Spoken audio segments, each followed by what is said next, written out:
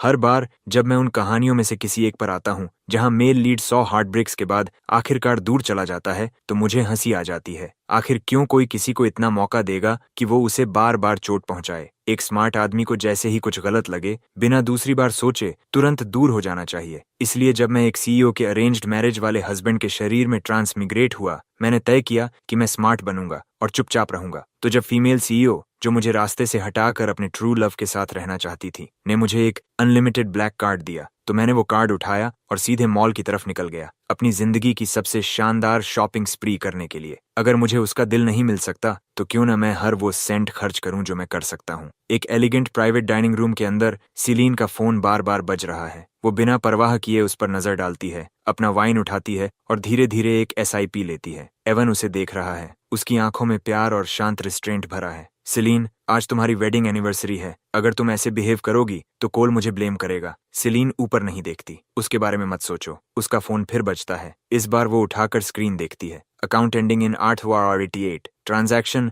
19,999 yuan। Account ending in 888, transaction 500,000 yuan। 2 साल की शादी में ये पहली बार है जब मैंने उसकी कार्ड को छुआ है। सीलीन की उंगली धीरे धीरे स्क्रीन पर चलती है। उसके होंठों के कोने पर एक ठंडी अनरीडेबल स्माइल उभरती है। एवन अपने होंठ काटता है। सीलीन, शायद तुम्हें वापस जाना चाहिए। उसके जवाब देने से पहले एक और नोटिफिकेशन आता है। Account ending in 8,088, transaction 688,888 yuan। Account ending in 88888, transaction 988,888 yuan। अपनी जिंदगी में पहली बार मुझे पता चलता है कि बिना प्राइस टैग देखे खर्च करना कैसा लगता है। रॉयल्टी की तरह ट्रीट होना, हर जरूरत पर सेवा मिलना। 20 साल से दबे हुए खर्च करने के सारे डिजायर एक साथ बाहर निकल आते हैं। Luxury watches, sports cars, tailored suits. मैं रुक नहीं पा रहा हूँ, सच में रुक नहीं पा रहा हूँ। सिलेन का फोन लगातार पिंग कर रहा है, एक के बाद एक नोटिफिकेशन। वो देखना बंद कर देती है, लेकिन टेबल का माहौल ठंडा और भारी हो जाता है। डिनर खत्म होने तक उसका फोन 18 बार बज चुका होता है। वो बिल पे करने के बाद उसे चेक करती है,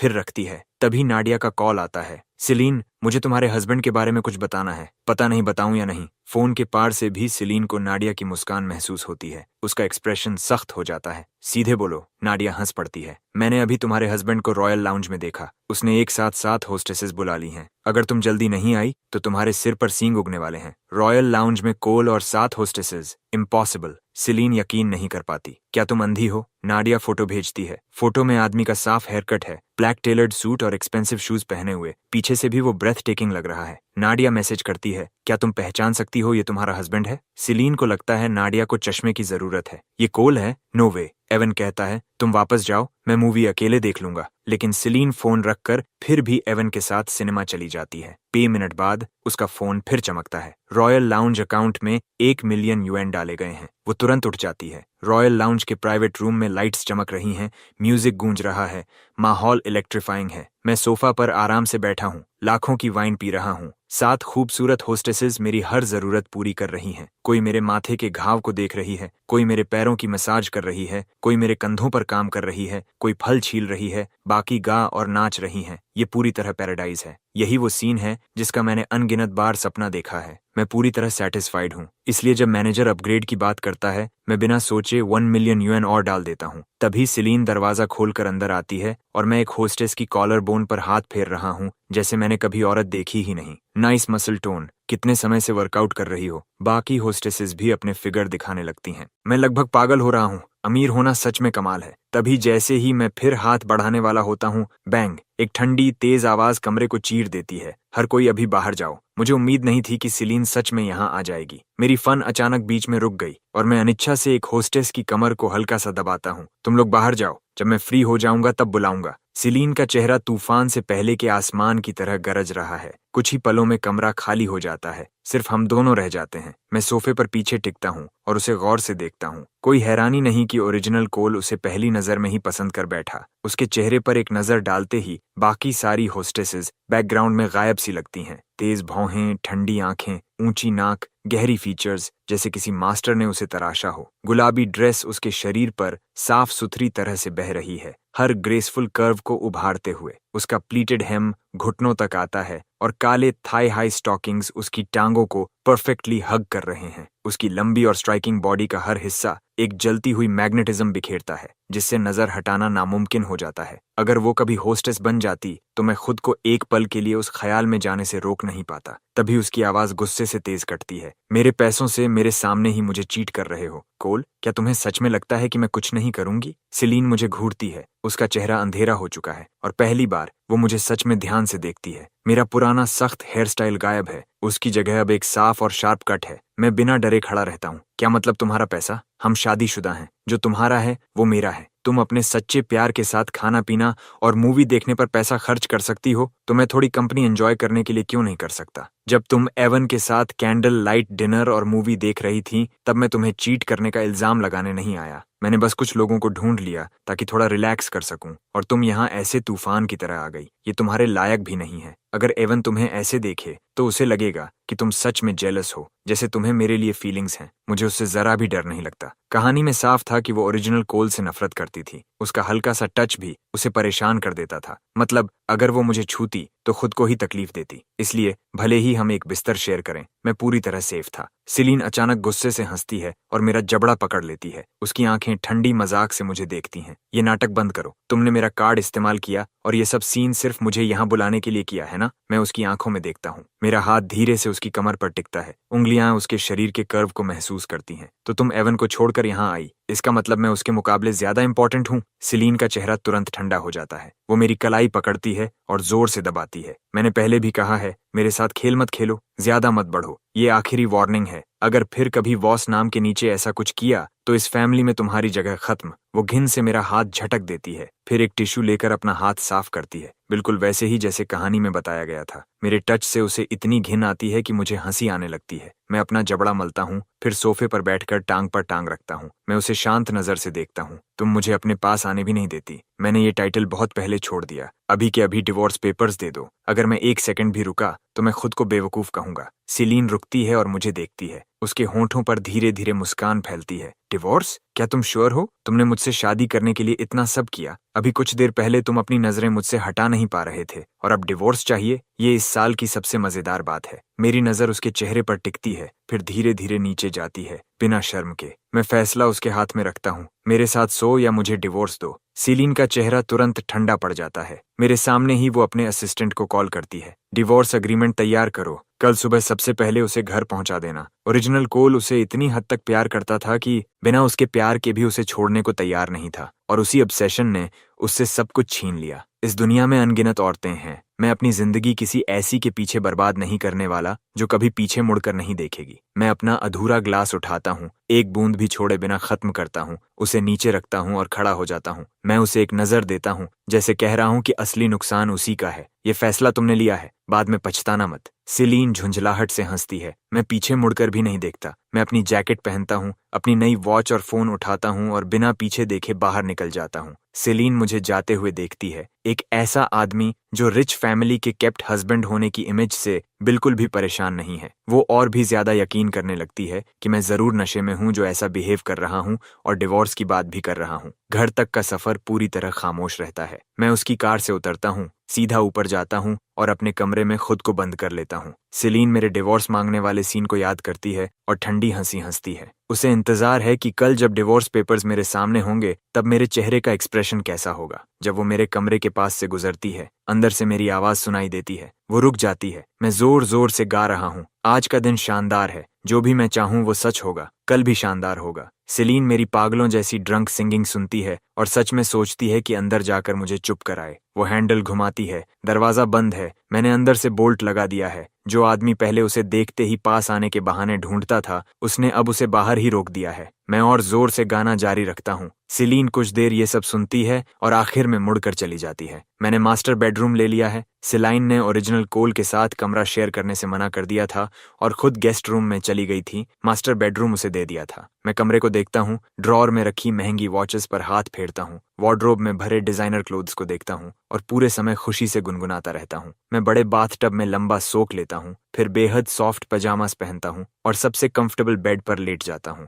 मुझे नींद नहीं आती, बिल्कुल भी नहीं। ये सब एक सपने जैसा लगता है, इतना खूबसूरत कि यकीन ही नहीं होता। अगली सुबह सेलीन उठती है और देखती है कि आज टेबल पर ब्रेकफास्ट नहीं है, जैसा हर दिन होता था। वो मेरे कमरे की तरफ देखती है और हल्की सी स्मर्क करती है, जैसे उसने सोचा था। मैं होश में आकर शांत हो गया हूँ। उसे याद आता है कि कल मैंने कितनी हिम्मत से डिवोर्स मांगा था। वो ठंडी मुस्कान के साथ डिवोर्स पेपर्स कॉफी टेबल पर रखती है और काम पर निकल जाती है। मैंने जिंदगी में इतना कंफर्टेबल बेड कभी नहीं देखा, इसलिए मैं सीधे दोपहर तक सोता रहता हूँ। उठने के बाद भी खुद को उसी लग्जूरियस कमरे में पाता हूँ। मैं कंफर्म करता हूँ, मैं सच में इस कहानी में आ चुका हूँ। मैं प्लॉट को दोबारा सोचता हूँ। ओरिजिनल स्टोरी में उनकी शादी 3 साल भी नहीं टिकती, मतलब 1 साल के अंदर सिलीन एस्टन ग्रुप को गिरा देगी और मुझे खाली हाथ जाना पड़ेगा। स्टोरी में बिजनेस वॉर के बारे में ज्यादा कुछ नहीं बताया गया, कोई डिटेल्स नहीं। मुझे नहीं पता सिलीन कौन सा तरीका इस्तेमाल करेगी, लेकिन ये रिच लाइफ इतनी अच्छी है कि मैं फैमिली को गिरने नहीं दूंगा। मैं उठता हूँ, खुद को तैयार करता हूँ और नीचे जाता हूँ। कॉफी टेबल पर डिवोर्स पेपर्स पड़े हैं। मैं पेन उठाता हूँ और तुरंत साइन कर देता हूँ।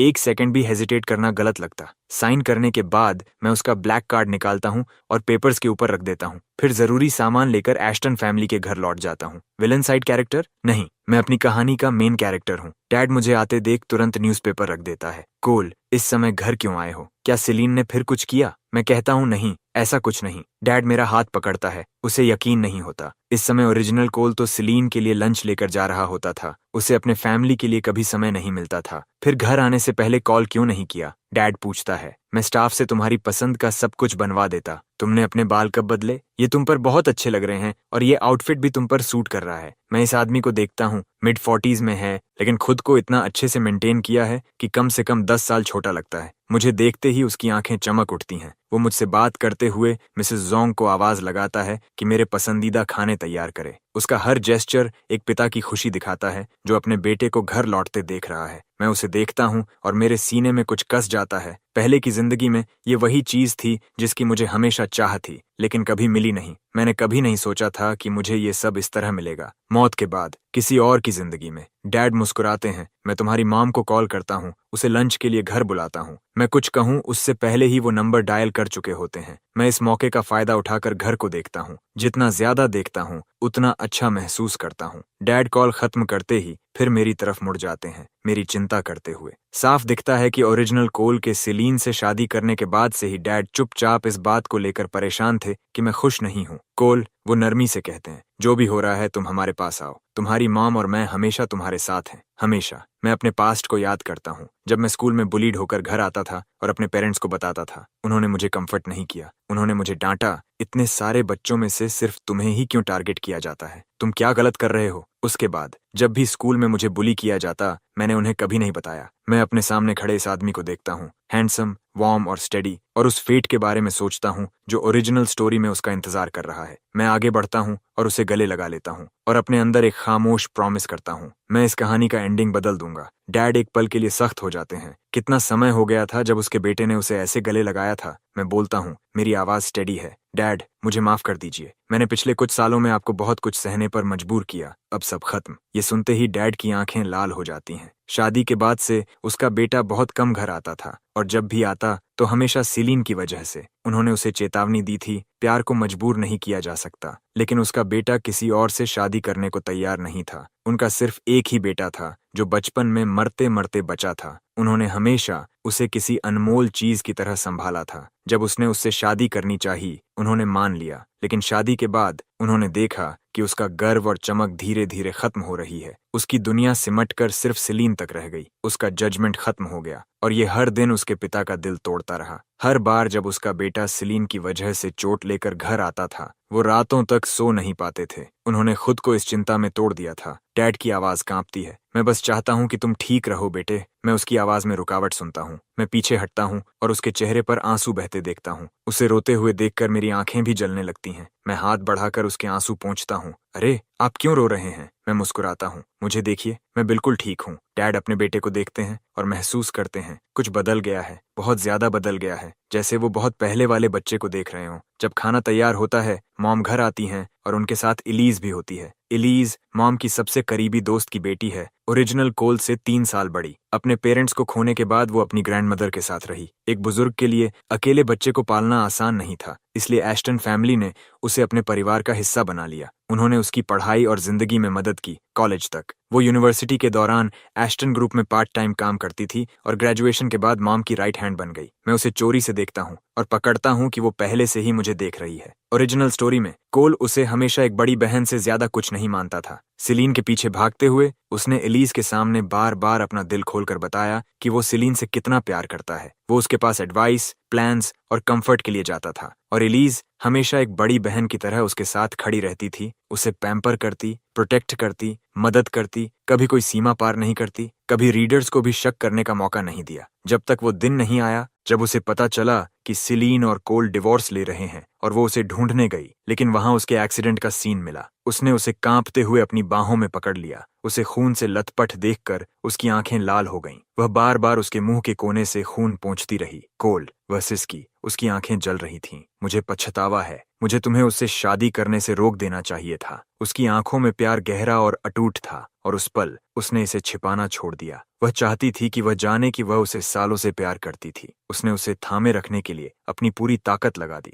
लेकिन चाहे वह कुछ भी करे वह उसे रोक नहीं सकी। वह सिर्फ उसकी जिंदगी को पल पल उससे दूर जाते हुए देख सकती थी। वह एकमात्र समय था जब कहानी हमें उसके मन के अंदर ले गई और वह उसका सबसे दिल तोड़ देने वाला पल था। इसने पाठकों को अचानक चौंका दिया, जिसमें शौक, दर्द और गहरा पछतावा मिला हुआ था। मैं उसी पल उसके कैरेक्टर से प्यार कर बैठा और कहानी से नाराज हो गया कि उसने उसके साथ ऐसा किया। तभी डैड खुशी से आ जाते हैं। एलिज भी यहाँ है। असली कोल कभी नहीं जान पाया कि एलिज के उसके लिए फीलिंग्स थीं। मैं फिलहाल अनजान बनने का फैसला करता हूँ। डैड के साथ चलते हुए मैं उसे ग्रीट करता हूँ। एलिज, काफी समय हो गया। वही शॉर्ट ड्रेस। सीलीन पर यह ठंडी और कमांडिंग लगती है, एक पास मत आओ वाली एनर्जी देती हुई। एलिज पर यह बिल्कुल अलग है, साफ और रिफाइंड, गर्म और अप्रोचेबल, जैसे जेड के बीच से आती धूप। वह मुझे देखती है, उसकी आवाज स्नेह से भरी, आंखें नरम। शॉर्ट हेयर तुम पर सच में सूट करता है ना? मैं कहता हूँ, मुझे भी ऐसा ही लगता है और आउटफिट भी बढ़िया है। वह जोड़ती है। मैं मुस्कुराता हूँ। लगता है मेरा टेस्ट हाल ही में अपग्रेड हो रहा है। असली कोल हमेशा सिलाइन के सामने सिमट जाता था, लेकिन एलिज के आसपास वह हमेशा सहज रहता था, क्योंकि एलिज हमेशा उसे अपने लिटिल प्रिंस की तरह ट्रीट करती थी। मैं वही कॉन्फिडेंस दिखाने की कोशिश करता हूँ,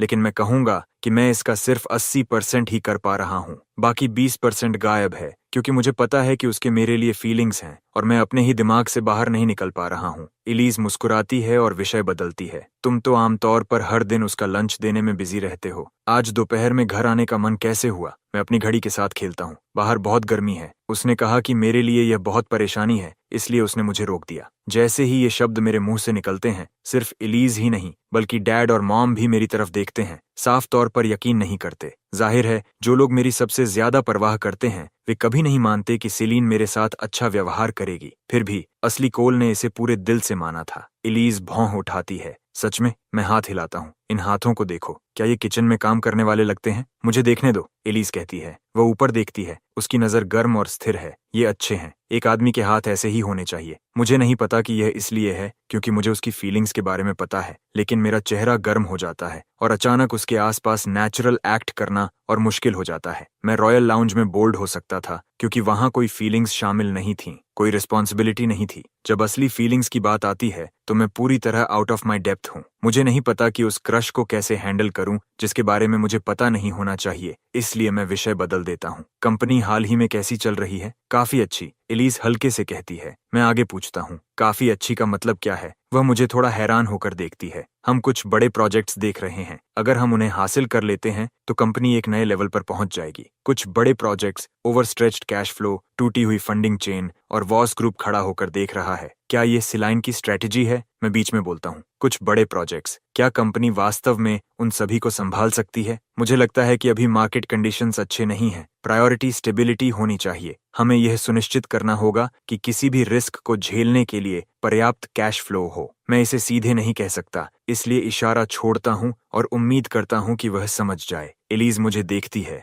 उसकी नजर में कुछ तेज आ जाता है। तुम्हें कंपनी के मामलों की परवाह कब से होने लगी? असली कोल ने कभी बिजनेस पर ध्यान नहीं दिया। मैं खुद को संभालता हूँ और अपनी घड़ी की तरफ देखता हूँ, हीरों पर उंगली फेरता हूँ। मैंने सिलीन की कंपनी के आसपास काफी समय बिताया है, कुछ न कुछ सीख लिया। एलिस चुप हो जाती है। मैं उसकी तरफ देखता हूँ, फिर थोड़ा और आगे बढ़ता हूँ। इन प्रोजेक्ट्स के बारे में तुम्हें और मॉम को सच में ध्यान से सोचना चाहिए, खासकर यह कि क्या तुम उनके जोखिम उठा सकते हो। एलिस मुझे देखती रहती है, मेरे चेहरे में कुछ ढूंढते हुए। क्या तुमने सीलीन से कुछ सुना है? वह पूछती है। क्या तुम हमें पीछे हटने के लिए कह रहे हो और प्रोजेक्ट्स उसे सौंपने के लिए? असली कोल प्यार में पूरी तरह अंधा था और उसने सीलीन के पक्ष में एक से ज्यादा बार स्ट्रिंग्स खींचे थे, इसलिए अचानक उन्हें किसी प्रोजेक्ट से रोकना। यह समझ में आता है कि एलिस अब ऐसा ही सोचेगी। नहीं, मैं कहता हूँ, मैंने बस हाल ही में एक बार आने वाला सपना देखा है। फैमिली कंपनी डूब जाती है। इससे मैं डर गया। एलिस कुछ नहीं कहती, लेकिन साफ है कि वह मुझ पर विश्वास नहीं करती। मैं हिचकिचाता हूँ, अपने पेरेंट्स की ओर देखता हूँ, फिर पास झुकता हूँ।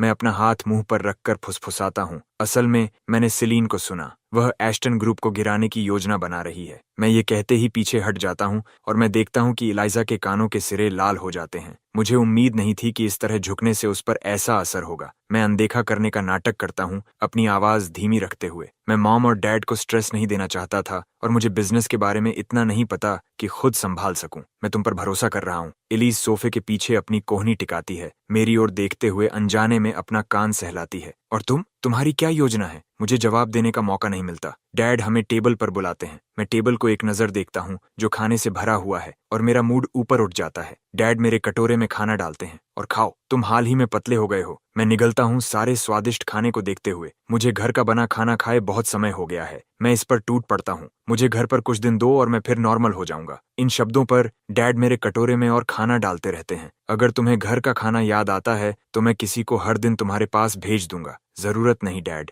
मैं कहता हूँ। मैं वापस घर आ रहा हूँ। मॉम, डैड और एलिस सब रुक जाते हैं और मुझे घूरते हैं। मैं अपनी चॉपस्टिक्स नीचे रखता हूँ। मैं उन्हें पूरी गंभीरता से देखता हूँ। मॉम, मैं सीलीन से डिवोर्स ले रहा हूँ। मैं सोचता था कि अगर मैं काफी कोशिश करूँ तो वह मुझसे प्यार करने लगेगी, लेकिन अब मुझे पता है कि आप किसी को आपसे प्यार करने के लिए मजबूर नहीं कर सकते। मैं अब उससे प्यार नहीं करना चाहता। अब मैं सिर्फ घर आना चाहता हूँ और आपके साथ रहना चाहता हूँ। मैं इसे हल्के से कहता हूँ, बिना किसी दुख या हिचकिचाहट के, लेकिन असली कोल की सीलीन के लिए फीलिंग्स बहुत गहरी थीं। इस परिवार की नजर में वह प्यार पत्थर में उकेरा हुआ था। मॉम और डैड मुझे देखते हैं। उन्हें विश्वास नहीं होता कि मैं ऐसे ही छोड़ सकता हूँ। उन्हें लगता है कि यह सिर्फ गुस्से में कहा गया है और मैं जल्द ही अपना मन बदल लूंगा। कोई कुछ क्यों नहीं बोल रहा? ऐसा मत कहो कि तुम मुझसे थक गए हो और नहीं चाहते कि मैं तुम पर निर्भर रहूं। डैड होश में आते हैं और मेरे पसंदीदा खाने से मेरा कटोरा भरने लगते हैं, कान से कान तक मुस्कुराते हुए। क्या मजाक कर रहे हो? तुम घर मेरे साथ रहोगे? मैं इससे ज्यादा खुश नहीं हो सकता। मॉम अपना फोन उठाती है और तुरंत मेरे अकाउंट में 10 मिलियन यूएन ट्रांसफर कर देती है। जब चाहो घर आ जाओ। तुम्हारी मॉम तुम्हारा 10 लाइफ टाइम्स तक ख्याल रख सकती है। जो पेरेंट्स अपने बच्चों से प्यार करते हैं और जो नहीं करते, फर्क सब कुछ होता है।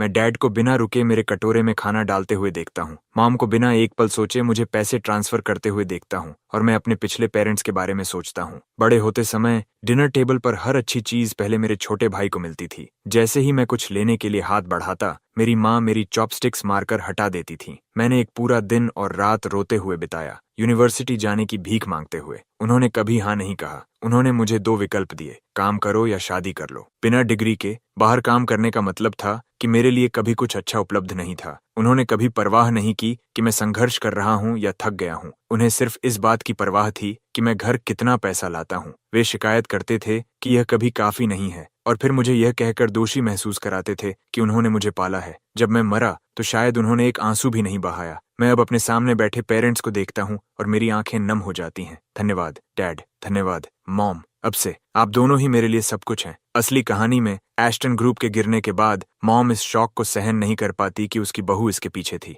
उसका ब्लड प्रेशर बढ़ जाता है, जिससे ब्रेन हेमोरेज हो जाता है। वह कोमा में चली जाती है और कभी नहीं जागती। डैड अपनी पत्नी की हालत और अपने बेटे की मौत के दोहरे झटके को सहन न कर पाने के कारण गहरी डिप्रेशन में गिर जाता है और आखिरकार अपनी जान ले लेता है। मैं यह सब बदलने जा रहा हूँ। मैं अपनी चॉपस्टिक्स उठाता हूँ और दोनों को खाना परोसता हूँ। जैसे ही मैं अपनी चॉपस्टिक्स नीचे रखने वाला होता हूँ, मैं नोटिस करता हूँ कि एलिस मुझे देख रही है। मुझे नहीं पता वो कब से देख रही है। उसके चेहरे पर हल्की प्लेफुल जेलसी की झलक है, जैसे वो मेरे पेरेंट्स से अटेंशन के लिए कम्पीट कर रही हो। मेरा क्या? मैं उसकी तरफ देखता हूँ, फिर जानबूझकर फैटी पोर्क का एक पीस उठाता हूँ, वो एक चीज जो उसे बिल्कुल पसंद नहीं, और उसके बोल में डाल देता हूँ। Cut to Voss group headquarters. शीए डॉक्यूमेंट्स के एक स्टैक के साथ एग्जीक्यूटिव ऑफिस में अंदर आती है। मिस सिलीने, आज आपके हस्बैंड लंच देने नहीं आए। सिलीने अपनी वॉच पर नजर डालती है। इस टाइम तक मैं ऑलरेडी उसका मील लेकर आ चुका होता। क्या वो सच में डिवोर्स तक जाने से डर रहा है? लंच देने तक की हिम्मत नहीं जुटा पाया। वो ऊपर देखती है और शे को एक फ्लैट अनइम्प्रेस्ड लुक देती है। क्या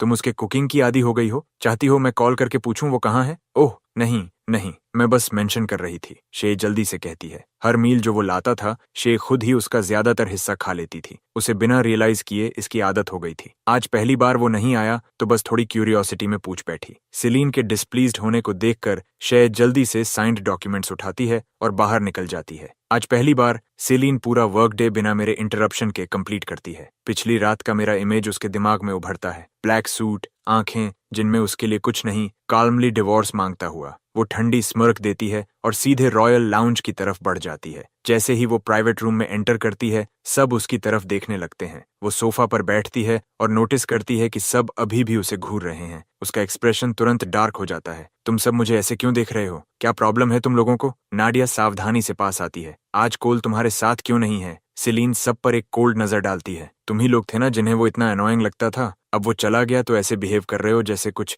मिसिंग हो। संभालो खुद को। नाडिया माहौल समझते हुए चुपचाप उसे ड्रिंक देती है। हम बस तुम्हारी चिंता कर रहे हैं। डर है कि अब जब उसने केयर करना छोड़ दिया तो कहीं तुम शुरू ना कर दो। सिलीन की क्लोजेस्ट फ्रेंड्स होने के नाते वो सबसे बेहतर जानते थे। जहां भी सिलीन जाती मैं उसके पीछे जाता था। मैं कभी रॉयल लाउंज होस्टेसेस ढूंढने नहीं जाता और मैं कभी सिलीन को छोड़कर सोनिया वेकेशन मनाने नहीं जाता। सच में लगता है कि मैंने उसकी परवाह करना छोड़ दिया है। सिलीन हर चेहरे पर वही एक्सप्रेशन देखती है। उसका चेहरा पूरी तरह डार्क हो जाता है। अगर तुम्हारी आंखें सिर्फ डेकोरेशन के लिए हैं तो जाकर डोनेट कर दो उन्हें किसी ऐसे को जो इस्तेमाल कर सके। नाडिया बीच में आकर बात संभालती है। जब तक तुम उसकी परवाह नहीं करती बस वही मायने रखता है। चलो सब लोग ड्रिंक करते हैं सिलीन के टेम्पोरेरली फ्री होने के लिए। सिलीन ग्लास उठाकर पीती है। वो पूरी तरह उनकी बातों से कट चुकी है। तभी मिड ड्रिंक नाडिया अपना फोन उठाकर कहती है, देखो मुझे पता है कोल ने ये मैरिज तुम पर फोर्स की थी और वो ह्यूमिलिएटिंग था, लेकिन ऑनेस्टली उसके लुक्स और वो बॉडी वो तुम्हारे लिए काफी से ज्यादा अच्छा है। तुमने पूरे 2 साल उसे टच किए बिना कैसे निकाल दिए? जब सिलीन मेरी पूरी दुनिया थी, मेरे पास उसके आसपास हर इंसान का कांटेक्ट था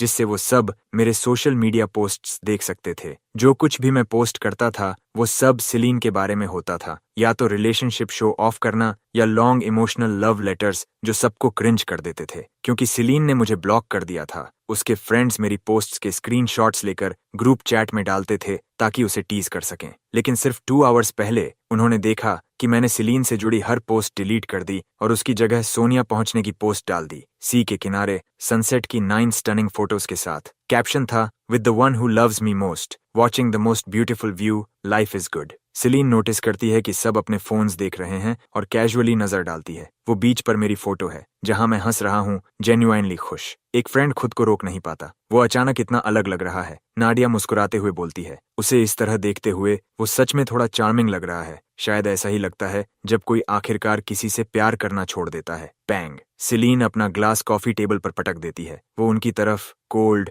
डार्क आईज से देखती है। क्या तुम सब दिमाग से बीमार हो? हम यहाँ ड्रिंक करने आए हैं और तुम में से हर कोई फोन में घुसा हुआ कोल की बात कर रहा है। सिलीन गुस्से में बाहर निकल जाती है, पीछे डोर जोर से बंद करते हुए। वो अपनी कार में बैठती है और शर्ट का कॉलर बटन खोल देती है। अचानक बेचैन होकर वो अपना फोन निकालती है, मेरा कांटेक्ट खोलती है और मेरे पोस्ट्स देखती है। यहीं से उसे पता चलता है कि मैं सोनिया गया हूँ। फोटोज में मेरी आंखें ब्राइट और क्लियर हैं, मुस्कान से भरी हुई, जैसे अंदर से रोशनी निकल रही हो। चाहे मैं आसमान की तरफ देख रहा हूँ या सीधे कैमरा में, हर मूवमेंट, हर जेस्चर प्योर जॉय से भरा है। मेरी आंखों में जैसे दुनिया की सारी खूबसूरती समाई हो, क्लियर, विविड और लाइफ से भरी हुई। उसमें एक शांत, बिना जल्दबाजी वाली पीस का एहसास है। ये मैं हूँ, ना कि वो वर्जन जिसकी आंखें हमेशा उसके लिए लॉन्गिंग से भरी रहती थीं या दूसरों के लिए जेलसी से जलती थीं। ना ही वो वर्जन जो उसके हस्बैंड के टाइटल के पीछे छिपा रहता था, पैरानॉइड, पॉजेसिव और बिना वजह सीन्स क्रिएट करता था। लोग एक रात में नहीं बदलते। सिलीन एक पल के लिए भी नहीं मानती कि फोटोज में जो इंसान है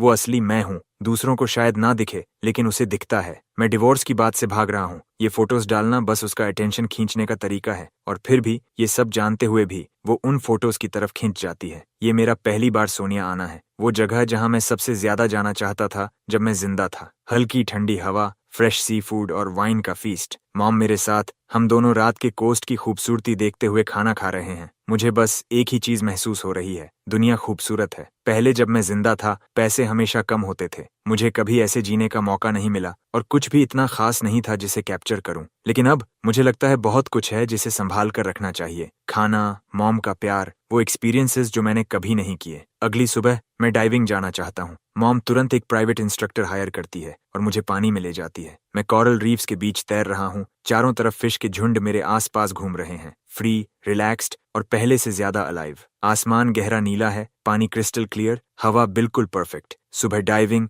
दोपहर में सर्फिंग। मैं कितना खुश हूँ ये डिस्क्राइब भी नहीं कर सकता। उस शाम शावर के बाद मैं लेटकर फोन उठाता हूँ और देखता हूँ कि ओरिजिनल कॉल के टाइम का मेरा छोटा स्पाई मुझे सिलाइन और एवन का ट्रेंडिंग टॉपिक भेजता है। मैं एक नजर डालता हूँ। दोनों की साथ में फोटो है, लेकिन कोई स्कैंडल नहीं। मुझे उनके लिए ऑलमोस्ट इम्पेशंस महसूस होती है। मैं उसे कहने ही वाला था कि अब मुझे उसके अपडेट्स की जरूरत नहीं, तभी एलीज मुझे वीडियो कॉल करती है। मजा आ रहा है? बहुत। मैं बिना सोचे जवाब देता हूँ। एलीज भी अभी शावर से निकली है, टॉवल से बाल सुखा रही है। उसकी नजर में एक अलग गहराई है जो यूजुअली नहीं होती। उसकी स्किन साफ और ट्रांसलूसेंट चमक रही है, lips soft dewy red, mature फिर भी एक प्योर गर्लिश क्वालिटी के साथ, जेंटल जैसे जेड लेकिन पूरी तरह वुमन। मैं लगभग अपना कंपोजर खो देता हूँ। फिर वो बोलती है, मैं भी आना चाहती हूँ। मैं तुरंत जवाब देता हूँ, अपना काम करो। मैं बाथरूम की तरफ देखता हूँ। मॉम अभी भी शावर में है और मैं धीरे से कहता हूँ, जो मैंने पहले कहा था, मैं मजाक नहीं कर रहा था। वॉस ग्रुप एस्टन ग्रुप के खिलाफ जाने वाला है।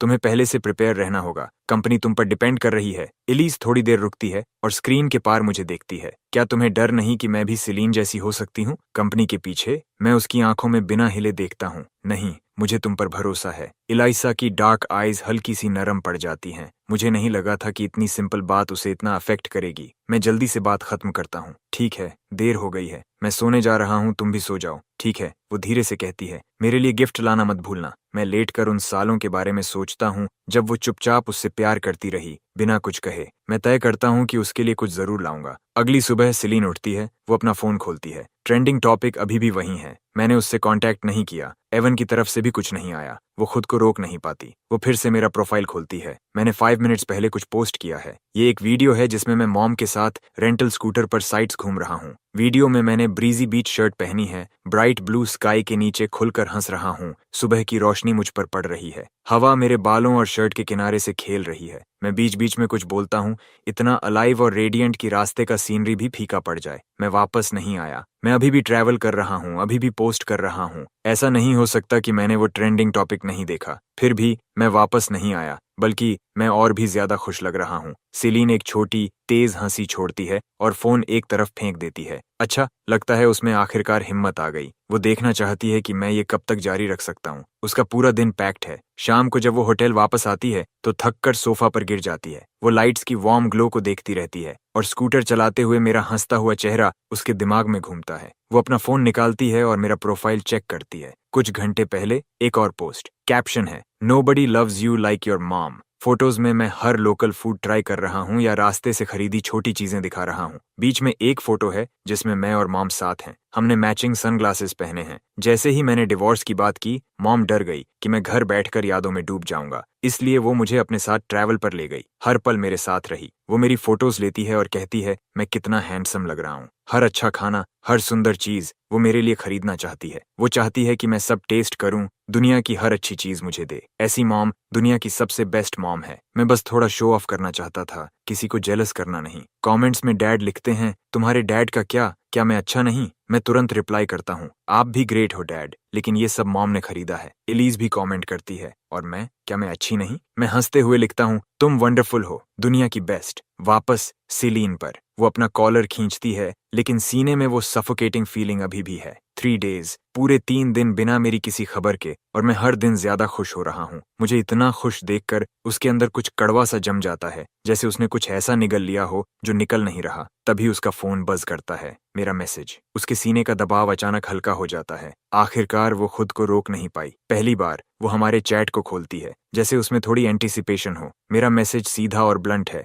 डिवोर्स पेपर्स कई दिनों से साइन हो चुके हैं, क्या हमें इसे फाइनलाइज नहीं कर लेना चाहिए? सिलीन उन शब्दों को घूरती है और उसकी आंखों के पीछे कुछ बदलता है। वो फोन को कसकर पकड़ती है, फिर और कसकर। कुछ देर बाद वो उठती है और बाहर निकल जाती है। वो घर ड्राइव करके पहुंचती है। वो घर जिसमें हर वक्त लाइट्स जलती रहती थीं, आज पूरी तरह अंधेरा है। सिर्फ बाहर स्ट्रीट लैंप की हल्की रोशनी है। वो हॉल की लाइट ऑन करती है और अंदर आती है। घर खाली है, कोई उसका इंतजार नहीं कर रहा। कॉफी टेबल पर डिवोर्स पेपर्स पड़े हैं, ऊपर उसकी ब्लैक कार्ड रखी है। वो उसे उठाती है और खोलती है। कोल नाम साफ नजर आता है, हाथ से साइन किया हुआ। पेपर उसके हाथ में मरोड़ जाता है। उसकी आंखों के पीछे कुछ हलचल होती है, कुछ ऐसा जिसे वो नाम नहीं देना चाहती। वो आदमी जो कुछ दिन पहले उसकी वजह से जेलसी में जल रहा था, अब डिवोर्स मांग रहा है। नामुमकिन। सिलीन एक ठंडी अविश्वासी हंसी छोड़ती है। एस्टन हाउस में मॉम सोनिया से लाई चीजें निकालकर स्टाफ में बांट रही हैं। कोल ने खास कहा था कि तुम सबके लिए भी लाना, सबको अपना हिस्सा मिलता है और वो खुशी से धन्यवाद करते हैं। पूरे घर में खुशी फैल जाती है। डैड अपना आफ्टर डिनर टी पी रहे हैं। एलिज एक वर्क कॉल पर है। घर बड़ा है लेकिन खाली महसूस नहीं होता। इसमें एक अजीब सी वार्मथ है और सब कुछ अच्छा लगता है। मैं अपने फोन के साथ लेटा हूँ, सिलीन की लंबी खामोशी को देखते हुए सोच रहा हूँ कि थोड़ी देर में उसे कॉल करूँ। तभी एलिज मेरे पास आकर बैठ जाती है। मेरा गिफ्ट कहाँ है? मैं ऊपर देखता हूँ और उसकी सॉफ्ट गेज से मिलता हूँ, जिसमें एक शांत लेकिन छुपी हुई एक्साइटमेंट है। उसे ऐसे देखना, इतनी वार्मथ और जेंटल एंटिसिपेशन के साथ, उसके लिए सॉफ्ट कॉर्नर महसूस करना मुश्किल नहीं है। मैं उठता हूँ और अपना बैग खोलता हूँ। मैं 2 छोटे नाइट लाइट्स निकालता हूँ। एक मैंने खुद सीशेल से बनाया था, जो मैंने एक छोटे हैंडमेड गुड्स स्टॉल से लिया था। दूसरा मैंने शॉप से खरीदा था। मैं दोनों उसे दिखाते हुए पूछता हूँ, तुम्हें कौन सा चाहिए? एलिज दोनों को देखती है, फिर पूछती है, दूसरा किसके लिए है? मैं उसकी असली सोच को सामने नहीं लाता। अपने लिए, मैं कहता हूँ। एलिज मुस्कुराती है और सी शेल वाला नाइट लाइट उठा लेती है, उसे धीरे धीरे अपने हाथों में घुमाते हुए। मॉम सुवेनियर्स बांट कर खत्म करती हैं। अलीसा के हाथ में नाइट लाइट देखती हैं और कैजुअली कहती हैं, ये कोल ने खुद बनाया है। अलीसा तुरंत मेरी तरफ देखती है। उसकी आंखों में खुशी साफ दिखती है। तुमने ये बनाया? ओरिजिनल कोल ने हमेशा सिर्फ सिलीन के लिए ही चीजें बनाई थीं। एलिज ने उसे सालों तक चुपचाप प्यार किया था और ये पहली बार है जब उसे उसकी बनाई हुई कोई चीज मिली है। सोच सकते हो उसे कैसा लग रहा होगा। मैं स्ट्रेट फेस रखता हूँ। क्या हुआ? पसंद नहीं आया तो वापस दे दो। एलिज मुझे सॉफ्टली देखती है। मुझे बहुत पसंद है, शायद इसलिए क्योंकि मुझे उसके फीलिंग्स पता है। जिस तरह से वो मुझे देखती है, उसमें सालों का दबा हुआ प्यार साफ महसूस होता है और ये लगभग मेरी कंपोजर तोड़ देता है। मैं अपना फोन उठाता हूँ और खड़ा हो जाता हूँ। मैं टायर्ड हूँ, ऊपर जाकर रेस्ट करता हूँ। अपने रूम में जाकर मैं फोन चेक करता हूँ। सिलीन का रिप्लाई आता है, कल सुबह 9 बजे civil registry office. Original story में सिलीन ने एस्टन ग्रुप को बर्बाद कर दिया था और कोल को खाली हाथ जाने पर मजबूर कर दिया था। अब जब हम पहले ही डिवोर्स ले रहे हैं तो क्या एस्टन ग्रुप की किस्मत भी बदल सकती है? ये सोच मुझे अच्छा फील कराती है। मैं बाथ लेता हूँ और सेफ्टी के लिए अलार्म सेट करके सो जाता हूँ। अगली सुबह अलार्म बजने से पहले ही मेरी आंख खुल जाती है। आखिरकार फ्री होने का ख्याल ही मुझे जल्दी उठा देता है। मैं तैयार होने में एक्स्ट्रा केयर लेता हूँ और नीचे जाता हूँ। डैड ब्रेकफास्ट खत्म करके काम पर जा चुके हैं। मॉम लिविंग रूम में गार्डन से तोड़े हुए फ्लावर्स ट्रिम कर रही हैं। मुझे देखकर वो ब्रेकफास्ट के लिए बुलाती हैं।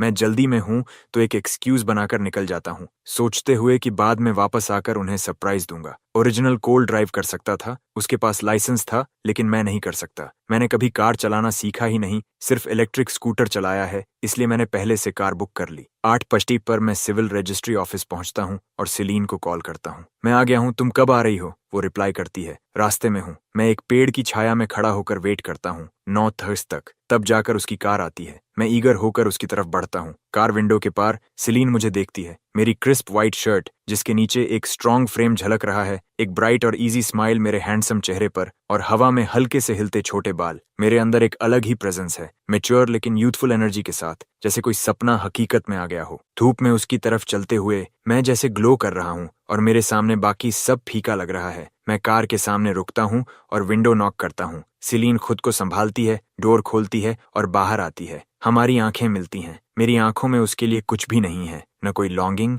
न सैडनेस, बस एक ब्राइट और इजी स्माइल जो उसके लिए अजीब और अनजान है। ये बिल्कुल वैसा नहीं है जैसा उसने सोचा था। मैं उसे एक शांत नजर से देखता हूँ। चलते हैं और बिना रुके अंदर की तरफ चल पड़ता हूँ। मेरे कदम हल्के और तेज हैं। मेरी एक्साइटमेंट मुश्किल से कंट्रोल हो रही है। इसी पल सिलीन को सच में यकीन होता है, मैं सच में ये डिवोर्स चाहता हूँ। वो मेरी पीठ को देखती रहती है जैसे मैं दूर जाता हूँ। उसे वो दिन याद आता है जब उसे इस शादी के लिए मजबूर किया गया था। 2 साल से ज्यादा हो चुके हैं, लेकिन वो याद आज भी उतनी ही ताजा है। मुझसे शादी करना उसके लिए एक ह्यूमिलिएशन था जिसे वो कभी माफ नहीं कर पाई। शादी के पहले ही पल से वो बस उसी दिन का इंतजार कर रही थी जब वो इस शर्म को पूरी तरह मिटा सके। वो दिन अभी आया भी नहीं है और जाने की बात मैं खुद कर रहा हूँ। मैं कुछ कदम चलता हूँ, फिर पीछे मुड़कर देखता हूँ, वो अभी भी वहीं खड़ी है। मैं भौहें सिकोड़ता हूँ और वापस उसके पास जाता हूँ। क्या हुआ? वो मुझे देख रही है लेकिन कुछ कह नहीं रही। एक बुरा सा एहसास अंदर आने लगता है। कहीं ऐसा तो नहीं कि तुम अपना आईडी लाना भूल गई? तुम डिवोर्स लेने आई हो बिना आईडी के? मैं अपने पेशेंस को संभालते हुए कहता हूँ। तो किसी को कॉल करो और जल्दी मंगवाओ। सेलीन बस अपनी ठंडी चुभती नजरों से मुझे देखती रहती है। खामोशी। मैं भी उसे घूरता हूँ बिना कुछ समझे। मैंने कहा था कॉल करो, तुम बस मुझे देखती क्यों खड़ी हो? तभी सेलीन नजरें झुका लेती है और कैजुअली अपनी घड़ी देखती है। आखिरकार वो बोलती है, मेरा 10 बजे मीटिंग है, डिवोर्स बाद में हो सकता है। मैं तुरंत बोल पड़ता हूँ, हम पहले ही यहाँ हैं, फिर दोबारा क्यों आए? मीटिंग थोड़ा पीछे कर दो, पहले पेपर वर्क कर लेते हैं, फिर चली जाना। यहाँ तक आना आसान नहीं था। अगली बार बहुत कुछ गलत हो सकता है। मैं इंतजार नहीं करना चाहता। मैं इसलिए पुश कर रहा हूँ क्योंकि स्टोरी में वो हमेशा एवन के लिए मीटिंग्स पोस्टपोन करती थी, तो क्लियरली मीटिंग्स उसके लिए इतनी भी इंपॉर्टेंट नहीं है। लेकिन जैसे ही मेरे मुंह से ये बात निकलती है, सिलाइन का एक्सप्रेशन बदल जाता है, जैसे मैंने कोई बहुत बड़ा क्राइम कर दिया हो। उसका चेहरा इतना ठंडा हो जाता है कि जैसे सब कुछ फ्रीज कर दे। कोल, क्या तुम्हें सच में लगता है कि तुम्हारे पर्सनल मैटर्स हमेशा सबसे पहले आते हैं? दसियों हजार एम्प्लॉयज की लाइवलीहुड तुम्हारे डिवोर्स से कम है? तुम अपने बारे में बहुत ज्यादा सोचते हो। मैं 2 सेकंड्स तक वहीं खड़ा रह जाता हूँ, उसके वर्ड्स से शॉक्ड। क्या हिपोक्रेट है। जब एवन कहता है तो मीटिंग पोस्टपोन करना ठीक है, लेकिन जब मैं कहूँ तो सडनली हजारों एम्प्लॉयज की बात आ जाती है। और ये डिवोर्स क्या सिर्फ मेरा मैटर है? सेलीन मुझे जवाब देने का मौका भी नहीं देती। वो अपनी बात कहकर चली जाती है। उसने डिवोर्स के लिए अग्री किया, बिना आईडी के आई, ऊपर से 40 मिनट्स लेट भी थी। गुस्सा तो मुझे होना चाहिए था, लेकिन यहाँ वो कार डोर पटकते हुए चली गई। मुझे इतना गुस्सा आ रहा है कि चिल्ला दूं। मैंने तो अपना फाइनली सिंगल पोस्ट भी प्लान कर लिया था, सेलिब्रेशन भी सोच लिया था, लेकिन डिवोर्स हुआ ही नहीं। मैं सुपरमार्केट जाता हूँ और ढेर सारे स्नैक्स खरीदता हूँ, फिर सीधे वॉस ग्रुप चला जाता हूँ। सेलीन अपनी मीटिंग से वापस आती है और मुझे अपने ऑफिस के सोफा पर फैला हुआ पाती है, हाथ में फोन, गेम खेलते हुए, मुंह में स्पाइसी स्नैक स्टिक दबाए, और पूरा ऑफिस उसकी स्मेल से भरा हुआ। Coffee table chips, chicken feet और चिली स्नैक्स से भरी पड़ी है। ये सब वो चीजें हैं जिन्हें ओरिजिनल कोल कभी छूता भी नहीं। सेलीन नाक सिकोड़ती है। तुम यहाँ क्या कर रहे हो? मैं बिना ऊपर देखे खाता रहता हूँ। तुम्हारा इंतजार। सेलीन धीरे से कदम बढ़ाती है और मुझे देखती है। वो अपनी चेयर तक जाती है और बैठ जाती है। मेरा इंतजार किस लिए? जंक फूड खाना, गेम खेलना, रिच फैमिली के यंग मास्टर की इमेज की कोई परवाह नहीं। मेरा ये वर्जन उसके लिए बिल्कुल नया है। मैं फाइनली रुकता हूँ और ऊपर देखता हूँ। सुबह पेपर वर्क नहीं हो पाया। मुझे पता है तुम बिजी हो, इसलिए सोचा यहीं वेट कर लूं। जब तुम फ्री हो जाओ तो साथ चलते हैं। सेलीन मुझे ठंडी नजर से देखती है और अपना कॉलर थोड़ा ढीला करती है। आज मैं बिल्कुल फ्री नहीं हूँ। मैं उसे देखता हूँ, फिर दोबारा देखता हूँ। एक शक अंदर उठता है। तो तुम कब फ्री होगी? सेलीन अपने पास पड़े डॉक्यूमेंट्स उठा लेती है। जब फ्री होंगी मैं कांटेक्ट करूंगी। मुझे लगने लगता है कि उसने अपना माइंड बदल लिया है। इतनी बड़ी सीईओ अगर सच में डिवोर्स चाहती तो टाइम निकाल सकती थी। फिर वो पीछे क्यों हट रही है? वो ओरिजिनल कोल से नफरत करती थी तो डिवोर्स उसके लिए राहत होना चाहिए था, या फिर वो अभी तक मेरी जिंदगी खराब करना खत्म नहीं कर पाई। स्टोरी ने साफ नहीं बताया, लेकिन उसका बिहेवियर क्लियरली फोर्स्ड मैरिज के रिवेंज से जुड़ा था। जितना वो उसका प्यार चाहता था, उतना ही वो उसे उस दर्द में रखती थी जहां वो किसी ऐसे इंसान से प्यार करे जो उसे कभी प्यार नहीं करेगा। अब जब मैं डिवोर्स चाहता हूँ तो क्या वो मुझे उसी दर्द में फंसाकर रखेगी? बाहर निकलना चाहता हूँ लेकिन निकल नहीं पा रहा। मैं गुस्से में खड़ा हो जाता हूँ। सेलीन, क्या तुम सच में ये डिवोर्स नहीं चाहती? मैं ठंडे स्वर में कहता हूँ। मैं तुम्हें 3 दिन दे रहा हूँ। अगर 3 दिन में ये पूरा नहीं हुआ तो मैं कोर्ट में फाइल कर दूंगा। ये कोई नेगोशिएशन नहीं है, ये नोटिस है। मैं अपने स्नैक्स उठाता हूँ और मुड़कर जाने लगता हूँ। तभी एवन ऑफिस का डोर खोलकर अंदर आता है। जैसे ही वो मुझे देखता है, उसके चेहरे पर डर साफ दिखता है। वो इंस्टिंक्टिवली पीछे हटने लगता है। ओह, रॉन्ग टाइमिंग, वो जल्दी से कहता है। बिल्कुल नहीं, मैं तुरंत बोलता हूँ। तुम बिल्कुल सही समय पर आए हो। स्टोरी का मेन लीड साफ सुथरा और जेंटल दिखने वाला है। पतला सा शरीर, सॉफ्ट फीचर्स, ऐसा इंसान जिसे देखते ही प्रोटेक्ट करने का मन करे। उसकी बैक स्टोरी दुख भरी है। एक फादर जो गैम्बलिंग का आदी है, एक माँ जो बीमार रहती है। जब वो हाई स्कूल में था, उसके फादर ने लोन शार्क से इतना कर्ज लिया कि चुका नहीं पाया और उसे बेचने वाला था। तभी सेलीन ने आकर उसे बचाया। उसके बाद उसने उसे हर चीज से प्रोटेक्ट किया। जब वो एंटरटेनमेंट इंडस्ट्री में जाना चाहता था, उसने उसे अपनी कंपनी में साइन किया और उसे एक टॉप स्टार बना दिया। स्टोरी के लीड के तौर पर वो काइंड, हार्ड वर्किंग और प्रिंसिपल्ड है। उसने सेलीन से उसी पल प्यार कर लिया था जब उसने उसे बचाया, लेकिन उसे हमेशा लगा कि वो उसके लायक नहीं है। कन्फेस करने से डरकर वो खुद को बेहतर बनाने में लगा रहा। सेलीन की फोर्स्ड मैरिज के बाद भी वो उसे डीपली केयर करता था, लेकिन कभी थर्ड पार्टी नहीं बना। अपनी फीलिंग्स को फ्रेंडशिप तक ही रखा। स्टोरी मोस्टली एवन और ओरिजिनल कोल के पर्सपेक्टिव से बताई गई है और सिलीन की फीलिंग्स सिर्फ उसके एक्शन से दिखती हैं, कभी सीधे नहीं कही गई। मैं कैजुअली उसे समझाता हूँ, मैं अभी सिलीन से डिवोर्स के बारे में बात करके आया हूँ, उसके पास आज पेपर वर्क के लिए टाइम नहीं है, तो मैं निकल ही रहा था। मैं सिलीन और फिर एवन की तरफ देखता हूँ और मुस्कुराते हुए कहता हूँ, तुम दोनों आराम से बात करो, मैं बीच में नहीं आऊंगा। जैसे ही मैं एवन के पास से गुजरता हूँ, वो हल्का सा सिहर जाता है। समझ आता है ओरिजिनल कोल उसे होम रेकर समझता था और हर मौके पर उसे नुकसान पहुंचाने की कोशिश करता था। मैं बाहर निकलकर डोर बंद कर देता हूँ। एवन मुझे जाते हुए वाइड आईज से देखता रह जाता है। अंदर सिलीन क्लोज्ड डोर को घूरती है, उसका एक्सप्रेशन डार्क हो जाता है। एवन आगे बढ़ता है और अपने साथ लाया हुआ बैग डेस्क पर रखता है। वो नोटिस करता है कि सिलीन ने पेन को इतना जोर से पकड़ा है कि इंक फैलकर गहरा निशान बन गई है। सिलीन नजरें हटाकर पूछती है, तुम यहाँ क्यों आए हो? एवन मुस्कुराकर कहता है, ये जांग चांग से लाया हूँ, सोचा तुम्हें पसंद आएगा, और मेरी मॉम के लिए डॉक्टर ढूंढने में मदद के लिए थैंक्स। फिर वो धीरे से पूछता है, क्या तुम सच में कोल से डिवोर्स ले रही हो? दूसरी तरफ मैं अपने स्नैक्स लेकर बाहर निकलता हूँ और शे से टकराता हूँ, जो डॉक्यूमेंट्स लेकर सिलीन के पास जा रही है। मैं उसका रास्ता रोक देता हूँ। तुम्हारी बॉस अभी बिजी है, डॉक्यूमेंट्स बाद में दे देना। जब एवन बाहर आए, शे कंफ्यूज्ड होकर मुझे देखती है। एवन अंदर है और मैं यहाँ बाहर खड़ा होकर उन्हें डिस्टर्ब होने से बचा रहा हूँ। मैं स्नैक का पैकेट खोलकर उसकी तरफ बढ़ाता हूँ। चाहिए? शे की नजर तुरंत स्नैक्स पर टिक जाती है। वो खुद को रोक नहीं पाती और स्पाइसी चिकन फीट ले लेती है। थैंक यू सर, मैं कैजुअली कहता हूँ। आगे से ध्यान रखना, जब एवन आए तो बीच में मत जाना। ये कहकर मैं चला जाता हूँ। उन्हें मिलाने में ही मेरा फायदा है। जितनी जल्दी वो अपने फीलिंग्स एक्सेप्ट करेंगे उतना अच्छा, और जितनी जल्दी सिलीन मुझसे डिवोर्स फाइनलाइज करेगी उतना बेहतर। कोर्ट में फाइलिंग करने के लिए इरिपेरेबल ब्रेकडाउन का प्रूफ देना पड़ेगा, जो एक हेडेक जैसा लगता है। शे अपने चिकन फीट खाते हुए इंतजार करती है जब तक एवन बाहर नहीं आता, फिर डॉक्यूमेंट्स लेकर अंदर जाती है। वो खुद को रोक नहीं पाती। क्या तुम्हें पता है उसने अभी मुझसे क्या कहा? सेली ने उसकी तरफ देखती है। उसने कहा, मैं तब तक अंदर नहीं आ सकता था जब तक एवन चला नहीं गया, और अब से जब भी एवन तुमसे मिलने आए मुझे इंटरप्ट नहीं करना है। सेली ने गुस्से से भरी हुई उसके चेहरे की तरफ एक फोल्डर फेंकती है। तुम्हारी सैलरी वो देता है या मैं? शे फोल्डर पकड़ लेती है और हिम्मत करके बोलती रहती है, क्या तुम्हें नहीं लगता वो बदल गया है? अब वो जेलस नहीं लगता, वो सच में तुम्हें और एवन को साथ में पुश कर रहा है। सिलीन उसे ठंडी खतरनाक मुस्कान के साथ देखती है। क्या तुम आजकल ज्यादा फ्री हो गई हो? शे तुरंत चुप हो जाती है, साइंड डॉक्यूमेंट्स उठाती है और भाग जाती है। सिलीन अपनी पेन डेस्क पर रख देती है। उसके होठों पर हल्की मुस्कान धीरे धीरे गायब हो जाती है। उसकी नजरें धीमी पड़ती जाती हैं, अंदर की तरफ खींचती हुई। तलाक नहीं हुआ। मैं बिल्डिंग से बाहर निकलता हूँ। लगभग दोपहर हो रही है तो मैं एक कार रोकता हूँ और मॉम के साथ समय बिताने के लिए घर जाता हूँ। लंच के बाद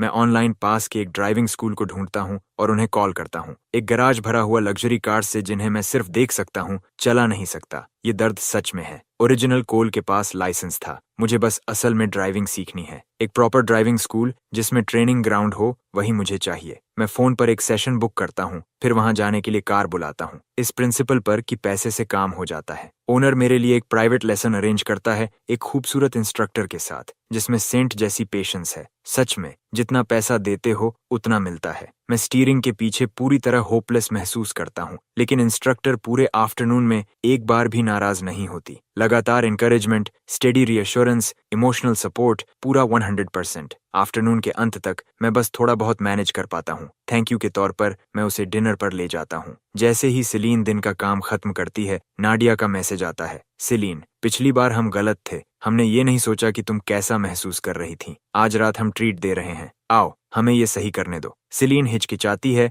फिर उठती है और अपनी जैकेट उठाती है। 20 मिनट बाद वो रेस्टोरेंट में जाती है और एक फेमिलियर फिगर को बेपरवाह चाम के साथ हंसते हुए देखती है। वो पास जाती है और मुझे बिना किसी शर्म के तारीफ करते हुए सुनती है। मेरा मतलब है, तुम्हारे पास लुक्स हैं, फिगर है, इतनी क्वालिटीज वाली लड़की ड्राइविंग स्कूल में पढ़ा रही है, ये टैलेंट की बर्बादी है। मुझे अभी पता चला कि वो असल में इंस्ट्रक्टर नहीं है, वो ओनर की बेटी है। स्टाफ कम होने की वजह से मुझे सिखाने के लिए लाई गई, उसकी मॉम ने उसे मजबूर किया। मैं जोर से हंस पड़ता हूँ और हंसते हंसते अचानक मुझे अपनी पीठ पर बर्फ जैसी ठंडी नजर महसूस होती है। मेरी नजर ऊपर जाती है और वहां सिलीन खड़ी होती है, चेहरे पर तूफान जैसा गुस्सा। मैं कुछ बोल भी नहीं पाता, सेलीन मुझे पकड़ती है और मुझे खड़ा कर देती है। वो बिना रुके मुझे रेस्टोरेंट से बाहर खींच ले जाती है। वो मुझे कार के खिलाफ दबा देती है और पास आकर गुस्से भरी आवाज में कहती है, कोल, अभी हमारा डिवोर्स नहीं हुआ है और तुम यहाँ दूसरी औरतों के पीछे भाग रहे हो। तुम्हें ये हिम्मत किसने दी? मैं इस औरत को देखता हूँ। उसका चेहरा मेरे चेहरे के बिल्कुल पास है। इतना खूबसूरत चेहरा, लेकिन उस एक्सप्लोजिव टेम्पर के नीचे दबा हुआ। मैं अपनी कलाई मलता हूँ। दूसरी औरतें? हम बस नॉर्मल डिनर कर रहे थे। बातें बनाना बंद करो। सीलीन घूरती है। Normal dinner? क्या तुम्हें लगता है मैं अंधी हूँ? मैं आसमान की तरफ देखता हूँ, उसका चेहरा अवॉइड करते हुए। अगर तुम्हें लगता है कि तुम अंधी हो तो मैं इसमें कुछ नहीं कर सकता। सीलीन ठंडी गुस्से भरी हंसी छोड़ती है। वो मेरा जबड़ा पकड़ती है और मेरा चेहरा अपनी तरफ मोड़ती है। इस जेस्चर में पूरी डोमिनेंस है। कोल, क्या तुम्हें लगता है ये 2 साल पहले जैसा है? क्या तुम्हें लगता है कि मुझे तुम्हारी हर बात सहनी पड़ेगी? अब से हम दोनों के बीच मैं तय करूंगी कि चीजें कैसे चलेंगी। मैं देखता हूं कि वो मुझे छू रही है, जबकि वो इसे नफरत करती है, जैसे खुद को चोट पहुंचा रही हो। और मैं मुस्कुराता हूं, उसके करीब झुकते हुए। मेरा हाथ उसकी कमर तक पहुंचता है, बेखौफ, बिना जल्दबाजी, पूरी तरह बेशर्म। तो बताओ, तुम्हें आखिर चाहिए क्या? सीलीन की सांस अटक जाती है। उसका एक्सप्रेशन सख्त हो जाता है जब वो मेरी कलाई पकड़ती है। मुझे अच्छे से पता है कि सीलीन ओरिजिनल कोल के छूने से कितनी नफरत करती है। हर बार जब मैं उसे छूता हूँ, उसके अंदर मेरे लिए नफरत थोड़ी और बढ़ जाती है। उसका एक्सप्रेशन और डार्क होता देख मैं अपना एडवांटेज बढ़ाता हूँ और अपना पैर उसके पैर से सटा देता हूँ और पुश करता हूँ। या फिर हम सीधे एक होटल रूम ले सकते हैं। समर के कपड़े वैसे भी पतले होते हैं और मैं शॉर्ट्स में हूँ। मेरी बेयर स्किन का उससे छूना ऐसा है जैसे किसी रॉ चीज से सीधे टकराना। एक खुजली जो स्किन के अंदर तक रेंगती है। ये उसके शरीर की इंस्टिंक्ट को पीछे धकेलता है जो मुझसे दूर होना चाहती है, बस थोड़ा सा। ओरिजिनल कोल कभी ऐसा करने की हिम्मत नहीं करता, कभी नहीं जानता कि उसे इस तरह कैसे अपनी तरफ खींचना है। आंखों में उसके लिए कुछ भी नहीं, फिर भी ऐसे बिहेव करना जैसे वो खुद को उससे दूर नहीं रख सकता। उसे बिल्कुल वैसे ट्रीट करना जैसे वो रॉयल लाउंज की होस्टेस हो। सीलीन निगलती है। उसका एक्सप्रेशन और डार्क हो जाता है। वो अभी भी मुझे धक्का नहीं देती तो मैं ऐसे झुकता हूँ जैसे सच में उसे किस करने वाला हूँ। यही आखिरी ट्रिगर बनता है। सीलीन मुझे जोर से पीछे धक्का देती है, एक हैंडकरचिफ निकालती है और अपना हाथ साफ करती है। कोल, फैंटेसी छोड़ दो। तुम्हें मुझसे कभी वो नहीं मिलेगा जो तुम चाहते हो, कभी नहीं। तो बात यही है, वो मुझे डिवोर्स नहीं देगी क्योंकि मैं डिवोर्स चाहता हूँ। मैं अपनी कलाई मलता हूँ, पूरी तरह दिखाते हुए कि मुझे फर्क नहीं पड़ता। एक बात सुनो, जो मुझे तुमसे नहीं मिलेगा वो मैं किसी और से ले सकता हूँ। हाँ, तुम मेरे दिमाग में आई हो। मेरी नजर जानबूझकर उसकी कमर पर जाती है, धीरे और साफ इशारे के साथ, ताकि वो समझ जाए। लेकिन अंधेरे में सब औरतें एक जैसी होती हैं। तुम रिप्लेस नहीं हो सकती। ऐसा नहीं है। सीलीन का चेहरा इतना डार्क हो जाता है जैसे उस पर स्याही डाल दी गई हो। वो अपने दांत भींचती है और हैंडकरचिफ फेंक देती है। उसका गुस्सा ठंडी मुस्कान में बदल जाता है। ट्राई करके देखो। मैं तो कोशिश कर ही रहा था। मैं जवाब देता हूँ, तुमने ही इंटरप्ट किया। अगर तुम खत्म कर चुकी हो तो मैं अंदर जाता हूँ। मेरा फोन अंदर रह गया है। मैं अपने बालों में हाथ फेरता हूँ। वो मुझे रोकती नहीं तो मैं अंदर जाता हूँ, लेकिन जैसे ही बैठता हूँ मेरा फोन बजता है। मैं उसे उठाता हूँ। ये सीलीन का वीडियो है। मैं उसे खोलता हूँ और मेरे चेहरे का रंग उड़ जाता है। उस वीडियो में ओरिजिनल कोल के द्वारा एवन का किडनैपिंग अरेंज करने का प्रूफ है, किसी को सड़क पर धक्का देकर एक्सीडेंट करवाने का सबूत है, और ये भी फुटेज है कि उसने लोगों को एवन को मारने का ऑर्डर दिया था। इनमें से कोई भी चीज पुलिस के पास गई तो मुझे सालों के लिए जेल हो जाएगी। पहले सीलीन ने इसे एश्टन फैमिली के लिए दबा कर रखा था, अब वो इसे निकाल रही है। मतलब उसे अब उनसे डर नहीं है। मैंने अभी अभी अच्छी जिंदगी शुरू की है। मैं इस स्टोरी में जेल जाने के लिए नहीं आया था।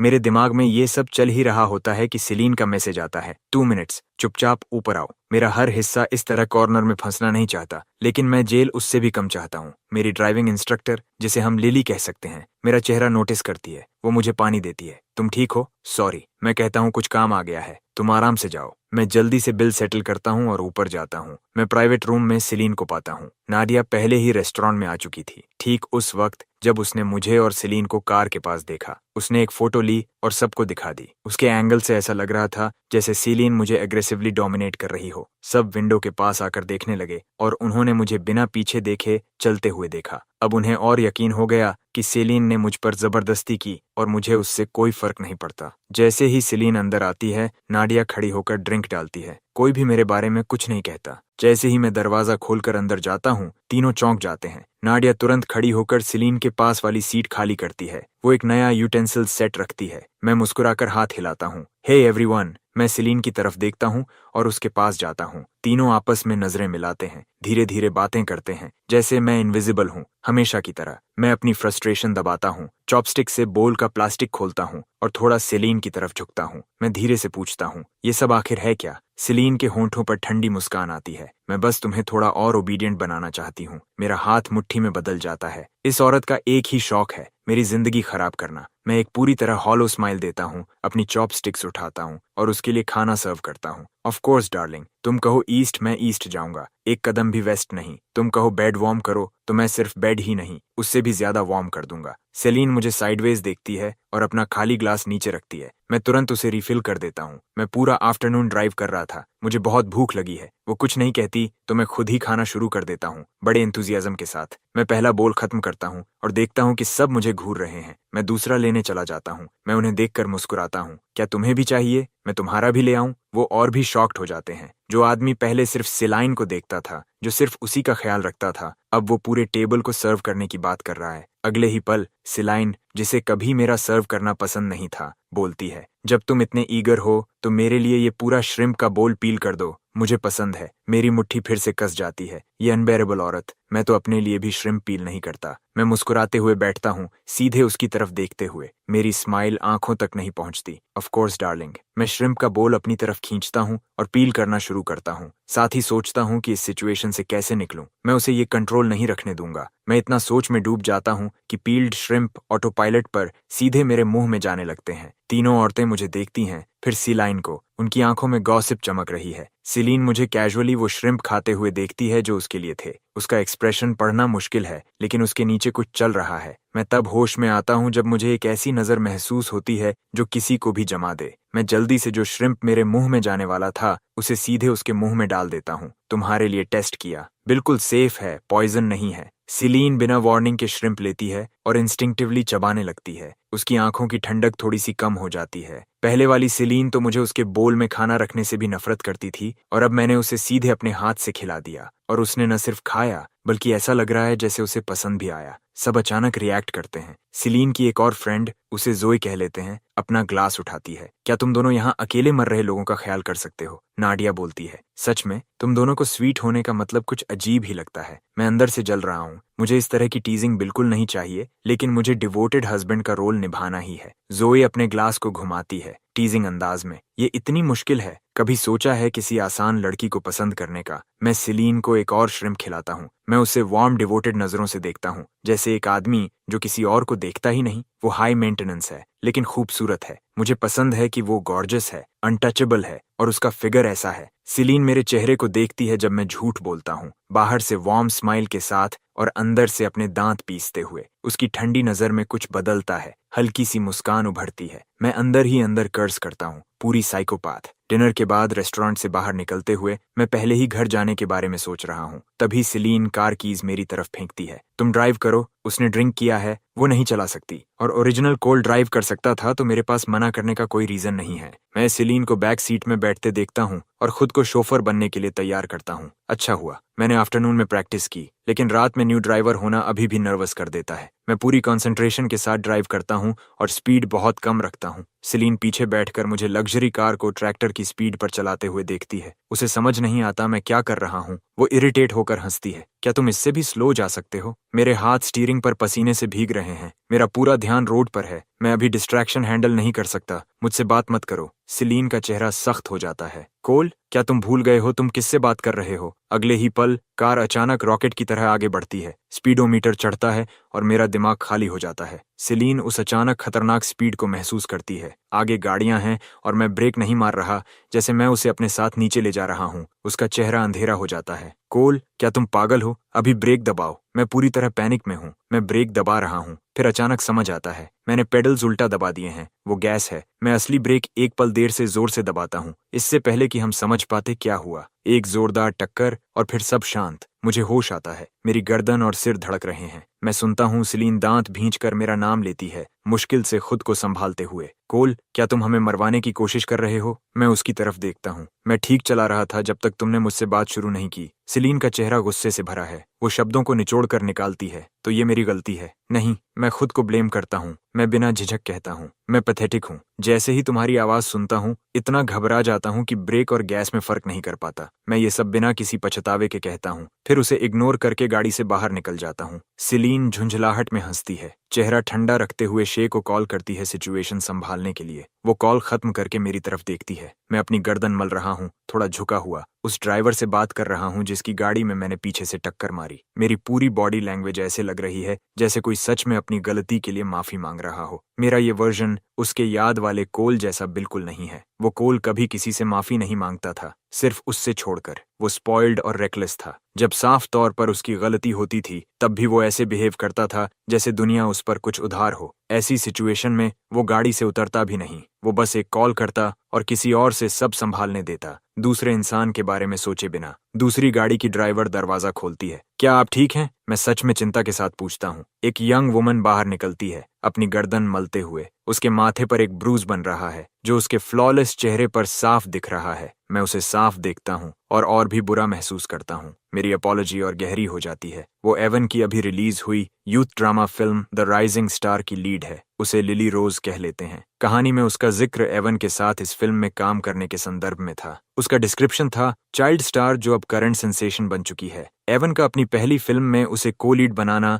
फैंस के लिए सेलिब्रेशन बन गया था। उनकी ऑन स्क्रीन केमिस्ट्री ने इंटरनेट पर धूम मचा दी थी। लेकिन इसी साल ओरिजिनल कोल की मौत से पहले वो भी मर गई थी। उसने एक लंबा लेटर छोड़ा और अपनी जान ले ली। एक लड़की जो हमेशा पब्लिक में ब्राइट स्माइल रखती थी, लेकिन पीछे से पेरेंट्स उसे कैश मशीन की तरह इस्तेमाल कर रहे थे। उन्होंने उसके सपनों के पंख तोड़ दिए और उसकी असली पहचान छीन ली। उसे सिर्फ पैसा कमाने का टूल बना दिया और कभी उसकी फीलिंग्स की परवाह नहीं की। सालों की डिप्रेशन, और जब उसे इंडस्ट्री के एक पावरफुल आदमी के साथ जाने को मजबूर किया गया जिसे वो मना नहीं कर सकती थी, वो आखिरी बोझ बन गया उसकी पहले से टूटी हुई जिंदगी पर। उसने अपनी लाइफ खत्म करने का फैसला किया। जब मैंने कहानी का ये हिस्सा पढ़ा था, मुझे लगा जैसे मैं खुद को देख रहा हूँ। मैं उम्मीद से ज्यादा रोया क्योंकि मैं समझता था। लिली रोज अपनी गाड़ी की तरफ देखती है, फिर मेरी तरफ। उसकी आंखों में हल्की सी मुस्कान आ जाती है। तो ये वही है जब कहते हैं मुसीबत आसमान से गिरती है जबकि तुम बस अपनी गाड़ी में बैठे हो, है ना? वो रेड लाइट पर रुकी थी और अचानक पीछे से टक्कर लगी। मैं खुद को संभालता हूँ और उसे ठीक से देखता हूँ। मेरी आंखों में अभी भी सच्ची सिंपैथी है। मुझे सच में माफ कीजिए। रिपेयर का पूरा खर्चा मैं दूंगा, मेडिकल चेक, इमोशनल डिस्ट्रेस, सब कुछ। बाकी लोग जब उसे पहली बार देखते हैं तो एक्साइटमेंट से भर जाते हैं, ऑलमोस्ट स्टार स्ट्रक। लेकिन लिली रोज ने कभी किसी को ऐसे देखते नहीं देखा जैसे मैंने उसे देखा। जैसे मैं उसकी चमकदार सरफेस के पीछे की उदासी देख सकता हूँ। जब वो अभी भी ये सब प्रोसेस कर रही होती है, मैं अपना फोन निकालता हूँ। क्या मैं आपका कांटेक्ट ले सकता हूँ? रिपेयर से जुड़े फॉलोअप के लिए आसान रहेगा। लिली रोज को गाड़ी की परवाह नहीं है। वो कुछ मांगने वाली भी नहीं थी, लेकिन मेरी आंखों में जो नजर थी वो खुद को मेरा फोन लेने और अपना कांटेक्ट ऐड करने से रोक नहीं पाती। वो अपने नंबर पर कॉल करके कंफर्म करती है, फिर फोन वापस दे देती है। तुम सच में मुझे पहचानते नहीं? मैं फोन पॉकेट में रखता हूँ। मेरे चेहरे पर मुस्कान फैल जाती है। क्या मजाक कर रही हो? तुम लिली रोज हो। मैं तुम्हें अच्छे से जानता हूँ। मैं सच में तुम्हारा फैन हूँ। कोई चांस है ऑटोग्राफ मिल जाए? लिली रोज को यकीन नहीं होता। जब मैंने उसे पहली बार देखा था, मैं बिल्कुल भी स्टार स्ट्रक नहीं था। वो हिलती भी नहीं, तो मैं आगे बढ़कर उसे हग कर लेता हूँ। अगर सिग्नेचर नहीं दोगी तो हग ही सही। लिली रोज पूरी तरह स्थिर खड़ी रहती है। ये फैंस के फ्रैंटिक स्क्रीमिंग हग्स जैसा बिल्कुल नहीं है। मैं उसे चुपचाप पकड़े रहता हूँ। ये कन्फेशन जैसा भी लगता है और कंफर्ट जैसा भी। तुम सच में रिमार्केबल हो। तुम जैसे हो। उसने बहुत लोगों को अपने स्ट्रगल्स फेस करने की हिम्मत दी है, आगे बढ़ने की ताकत दी है। उम्मीद है एक दिन कोई तुम्हारे लिए भी ऐसा करेगा। सिलीन गाड़ी से देख रही है। जो एक्सीडेंट संभालना था वो कुछ और बन चुका है। उसका चेहरा अंधेरा हो जाता है। वो बाहर निकलती है और मुझे लिली रोज से अलग कर देती है। तभी शे दौड़ती हुई आती है। सिलीन उससे कीज लेकर मुझे पकड़ती है और चल देती है। लिली रोज वहीं खड़ी मुझे जाते हुए देखती है। मेरे शब्द उसके दिमाग में गूंज रहे हैं। मैं मुड़कर उसे मुस्कान के साथ वेव करता हूँ। वो मुस्कान जैसे स्प्रिंग ब्लॉसम्स की वार्मथ, समर ब्रीज की हल्कापन, जैसे दुनिया की सारी अच्छाई एक नजर में सिमट गई हो। स्ट्रीट लाइट्स की रोशनी में वो पल जैसे पेंटिंग बनकर जम जाता है। सिलीन मुझे गाड़ी से टिकाकर खड़ा कर देती है। उसका चेहरा बर्फ जैसा ठंडा। मेरे सामने चीटिंग? तुम्हारी हिम्मत बढ़ती ही जा रही है ना? मैं खुद उसकी तरफ झुकता हूँ। मेरी उंगलियां उसके ड्रेस के पतले कपड़े के ऊपर से उसकी कमर की कर्व को छूती देती है। मेरी जिंदगी अभी तुम्हारे हाथ में है, तुम मुझे किसी और को छूने नहीं दोगी। चाहूं भी तो हिम्मत नहीं है। अभी बस यही सोच रहा हूं कि तुम्हें कैसे खुश रखूं। आज रात तुम्हारा बेड वार्म कर दूं। मैं सच में जैसे बोल रहा हूं। अगले ही पल सिलीन का चेहरा घृणा से मरोड़ खा जाता है। वो कार डोर खोलकर मुझे अंदर धक्का देती है। एक औरत जो मुझे छूना भी बर्दाश्त नहीं कर सकती, वो मुझे क्या थ्रेटन करेगी, ये सोच मेरे अंदर कुछ सेटल कर देती है। रास्ते में मॉम का कॉल आता है। इतनी देर हो गई, अभी तक घर क्यों नहीं आए? मैं नहीं चाहता वो वरी करे, लेकिन अभी डिवोर्स फाइनलाइज नहीं कर सकता। और सिलीन कुछ पकड़े हुए हैं मेरे खिलाफ। अब हर रात घर आना पॉसिबल नहीं, मुझे झूठ बोलना पड़ता है। आज घर नहीं आऊंगा। सिलीन ने माफी मांगी है। मैंने उसे एक और चांस देने का फैसला किया है। सिलीन रियरव्यू मिरर में मुझे देखती है और हंस पड़ती है। मॉम को हमेशा पता था ऐसा होगा। वो शॉक्ड नहीं है, बस क्वाइटली डिसअपॉइंटेड। तो उसे कल डिनर पर घर लेकर आना। मैं गाड़ी में सिलीन की तरफ देखता हूँ और अभी के लिए अग्री करता हूँ। ठीक है, मॉम कहती है, जो भी हो रहा है मुझे बताना और आराम करना। आप और डैड भी सो जाइए, मेरे लिए लेट मत जागिए। कॉल खत्म होते ही सिलीन की इरिटेटिंग आवाज आती है। मैंने तुमसे किस बात की माफी मांगी? बस पेरेंट्स को चिंता से बचाने का बहाना था। तुम कभी गलत नहीं होती, हमेशा मेरी गलती होती है। मेरा बिहेवियर बाहर से अटेंटिव हस्बैंड जैसा है, लेकिन अंदर से मिजरेबल। शायद इससे उसे सेटिस्फैक्शन मिलता है, मुझे कंट्रोल में रखने का थ्रिल। अगर उसे सेटिस्फाइड रखूं तो मेरी जिंदगी आसान रहेगी।